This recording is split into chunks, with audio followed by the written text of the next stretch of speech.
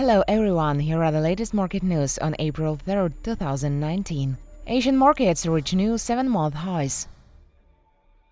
Asian shares rose to fresh 7-month highs on Wednesday, and investors cheered signs of progress in U.S China trade talks and brisk economic data, while oil approached the key $70 per barrel mark. MSCI's broadest index of Asia-Pacific shares outside Japan was up 0.8% on Wednesday afternoon in Asia, after earlier touching its highest level since late August. Hopes for a deal to end the trade war between the world's two largest economies were fanned by fresh comments from White House economic advisor Larry Kudlow that Washington expects to make more headway in talks this week. Australian shares were up 0.7%, and Japan's Nikkei stock index added 1%. Chinese blue chip were 0.5% higher after a tentative start, while Hong Kong's Hang Seng index added 0.9%.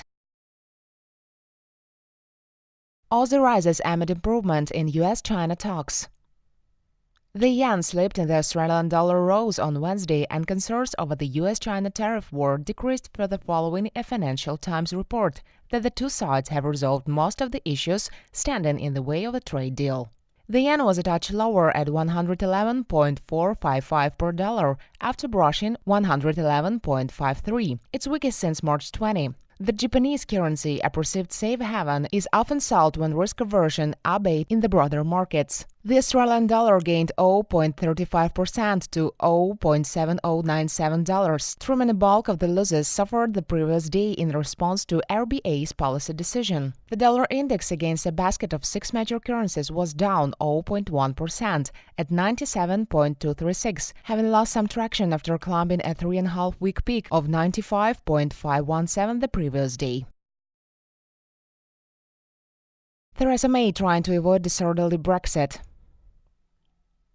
Prime Minister Theresa May on Tuesday broke with her own party, appealing to the opposition to work with her on a plan in a move that could keep Britain closely tied to the European Union after the country leaves the bloc. Parliament is deadlocked on the issue, and lawmakers are increasingly alarmed by the prospect of carrying out of the bloc without an agreement. Mrs May's deal with Europe has two parts: a withdrawal agreement, which details in practical terms of the divorce, and a political declaration, which outlines Britain's future relationship with the bloc. The Prime Minister said the withdrawal agreement must stand, even though Parliament has rejected it 3 times already. European leaders have insisted upon this. Under the withdrawal agreement, Britain would remain in the European Union customs and trading system until at least the end of 2020.